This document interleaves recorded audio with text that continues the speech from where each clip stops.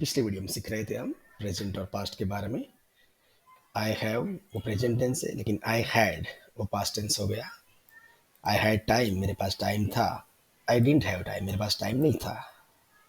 Did you have time, क्या आपके पास time था? तो जैसे ही प्रेजेंट होता है, पास्ट होता है, वैसे ही फ्यूचर भी होता है। यहाँ इस चार्ट में आप देख सकते हैं, ये आई एंड वी, ये फर्स्ट पर्सन है बोलने वाले, द स्पीकर। एक और ज़्यादा है, द स्पीकर्स। तो प्रेजेंट में अलग अलग दो शब्द है, have and has. I have, we have, you have, he has, she has, it has, they have. Past में एक ही वर्ड था, हमने देखा हैड। और फ्यूचर में भी एक ही शब्द रहेगा, विल हैव। जो हैव जो मेन वर्ड है, उसके आगे विल लगाएंगे तो उसका फ्यूचर हो जाएगा। कोई भी जो शब्द होता है, जो जिसको वर्ब कहते हैं, क्रिया कहते हैं, उसका प्रेजेंट फॉर्म होता है, उसका पास्ट फॉर्म होता है, उसका फ्यूचर फॉर्म नहीं होता अलग से। जो मेन शब्द होता है उसके आगे विल रखते हैं तो फ्यूचर फॉर्म बनता है। जैसे हैव का पास्ट हैड हो गया, लेकिन हैव के आगे विल रखेंगे तो उसका हो जाएगा विल हैव। यहाँ ध्यान रखेंगे, हैज में हैज के आगे विल नहीं रखेंगे, क्योंकि हैज कोई अलग से शब्द नहीं है, ये सिंगुलर का शब्द है। वो हैव जो होता है मेन वर्ड, उसका ये सिंगुलर फॉर्म है, वो सिर्फ और सिर्फ किसी और की जब बात करेंगे तब यूज करेंगे। तो जब फ्यूचर की बात करेंगे तो वहाँ विल हैव ही आएगा, कभी विल हैज नहीं होता। हैज ओनली प्रेजेंट में यूज होता है, सिर्फ और सिर्फ प्रेजेंट में, ना पास्ट में ना फ्यूचर में। ओके, तो अभी इसको हम सेंटेंस में समझेंगे। यहाँ पे जो फर्स्ट सेंटेंस है वो प्रेजेंट का है, जो सेकंड है वो पास्ट का है, और तीसरा है वो फ्यूचर का है। आई हैव मनी, मेरे पास पैसे है। आई डोंट हैव मनी, मेरे पास पैसे नहीं है।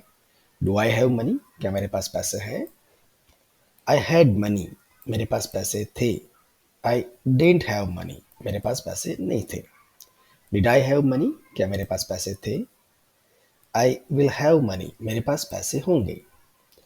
आई वोंट हैव मनी, ये जो वोंट है वो विल और नॉट का शॉर्ट फॉर्म है। हम डू और नॉट का शॉर्ट फॉर्म डोंट कहते हैं, डिड और नॉट का शॉर्ट फॉर्म डिडंट कहते हैं। तो विल और नॉट को विलंट नहीं कहेंगे, ये एकदम अलग से है won't. I won't have money, मेरे पास पैसे नहीं होंगे। Won't means will not. Will I have money, क्या मेरे पास पैसे होंगे? तो इसी तरह से आप ये सारे सेंटेंस लिखते जाइए आपकी नोटबुक में, और उसका हिंदी अनुवाद लिखते जाइए, जोर से बोलते जाइए, उसकी प्रैक्टिस करते जाइए। जब थर्ड पार्टी की बात करते हैं, he has a job present में होता है। नेगेटिव में he doesn't have a job ऐसे बोलते हैं। पास्ट में had a job, he had a job, उसके पास जॉब थी। He didn't have a job, उसके पास जॉब नहीं थी। ओके, तो ये हम सीख चुके थे। फ्यूचर में जब आएंगे तो यहाँ पे ही विल हैव, ये ध्यान रखना है, यहाँ पे मैंने अंडरलाइन किया है, क्योंकि आप ही के साथ हैज़ यूज़ कर रहा है, ऐसा सिर्फ और सिर्फ प्रेजेंट में ही हैज़।